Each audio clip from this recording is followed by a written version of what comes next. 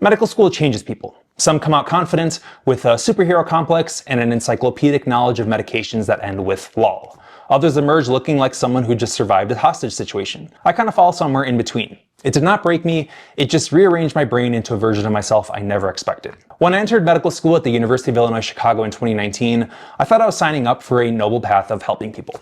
I managed myself diagnosing rare conditions in hallways, saving lives dramatically, and high-fiving grateful patients as the inspirational background music played. I believed in the system. I believed in the mission. I even believed orthosurgery was calling my name like a true bro. It was very wholesome. Then reality showed up with an N95 mask and said, nope. The first 2 years of medical school tricked me into thinking I had everything figured out. COVID arrived and everything transitioned online. What could have destroyed my education actually made it better. I studied on my own schedule. I stopped pretending I needed 8 hours of lectures to understand hypertension. I spent more time in the gym than in the library, which is hilarious considering the price tag of medical school. I got engaged. I built a coaching business. I posted content daily and watched it grow.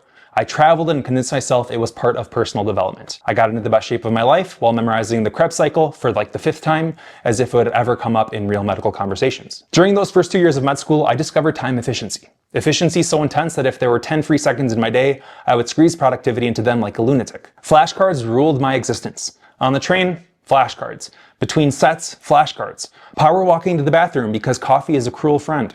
Flashcards before and after. My fiance at the time, now my wife, would drive us somewhere and I would stare at my phone absorbing medical trivia like my life depended on knowing the 6 causes of metabolic alkalosis. That hustle gave me a dangerous sense of invincibility.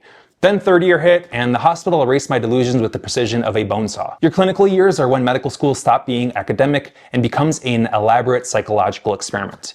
You go from being a person with hobbies and relationships to someone who reports at 4:30 a.m. to update a progress note that no one reads, so a resident can present it to an attending who already knows the plan.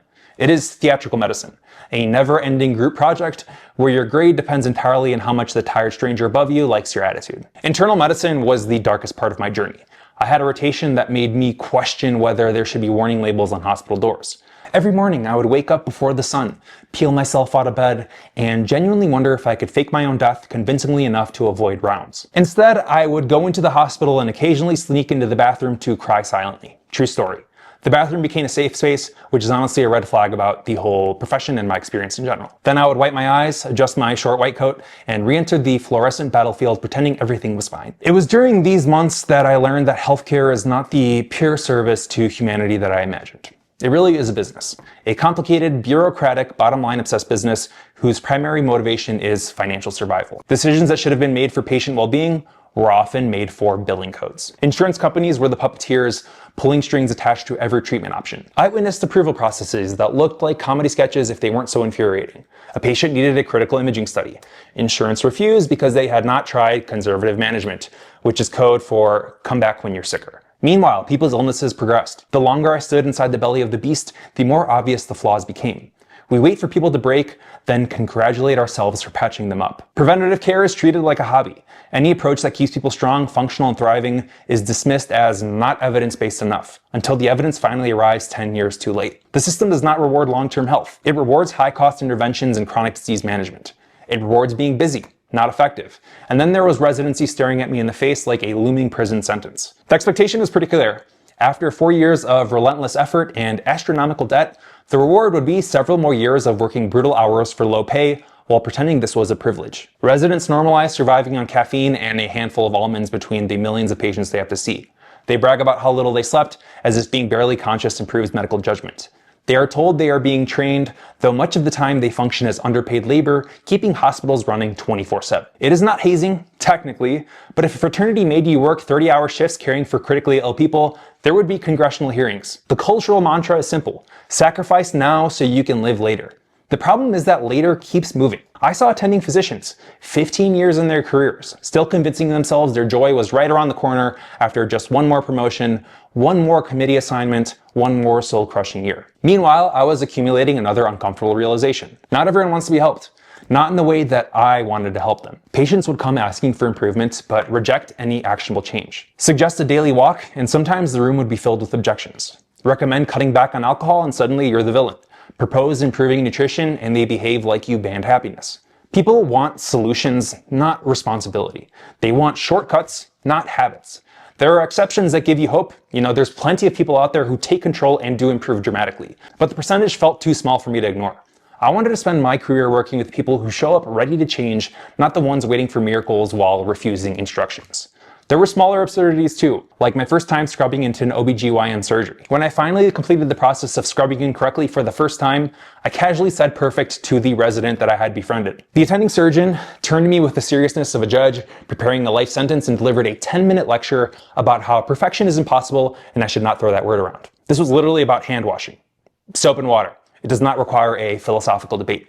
Yet there I stood, nodding respectfully while dying inside. By the time I discovered PM&R, a specialty focused on restoring function and performance, I felt like there might be a version of medicine where people are not just surviving their diseases and actually wanting to reclaim their lives.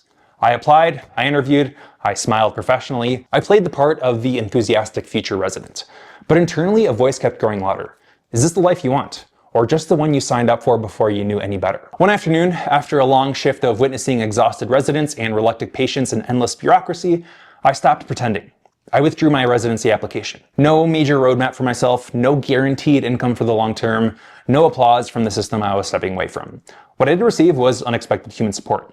Classmates told me they admired my decision, even envied it. Some people admitted privately that they wished they could leave, but felt trapped by debt and expectation.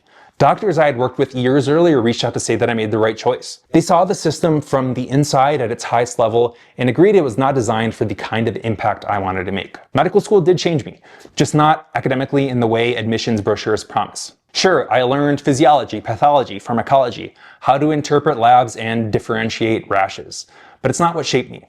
Medical school taught me discipline, like true discipline, the kind where you keep going even when the reward is unclear and the motivation is buried under exhaustion. It taught me efficiency. If you want something enough, you can create time for it. It taught me resilience. 5 a.m., 6 a.m. rounds will toughen your spirit or destroy it, sometimes on alternating days. It taught me that suffering alone in silence is not noble. And it taught me that if you ignore burnout long enough, it becomes your personality. But most importantly, medical school taught me what matters to me. I want to help people avoid the hospital, not help the hospital fill beds. I want to work with people who value their long-term health enough to take action before disaster strikes. I want a system where changing your lifestyle is celebrated more than refilling a prescription. I want medicine to feel empowering, not transactional. I still believe in healing. I just do not believe the current system is designed to deliver it well. Some will say that leaving this traditional path means abandoning my training. I disagree. The system did not create my passion for helping people improve. It only revealed I would need to pursue that passion on a different path. I left not because I could not handle the grind, but because I saw where that grind leads, and it just wasn't where I wanted to go. Medical school changed me by showing me exactly who I do not want to become. It opened my eyes to the flaws of a system that waits until people are broken to take them seriously. It toughened me up, forced me to grow, and made me painfully aware of the cost of complacency. I still believe in helping others. I still believe in a lot of the medical system. Now I'm just determined to do it while also helping myself. So here I am.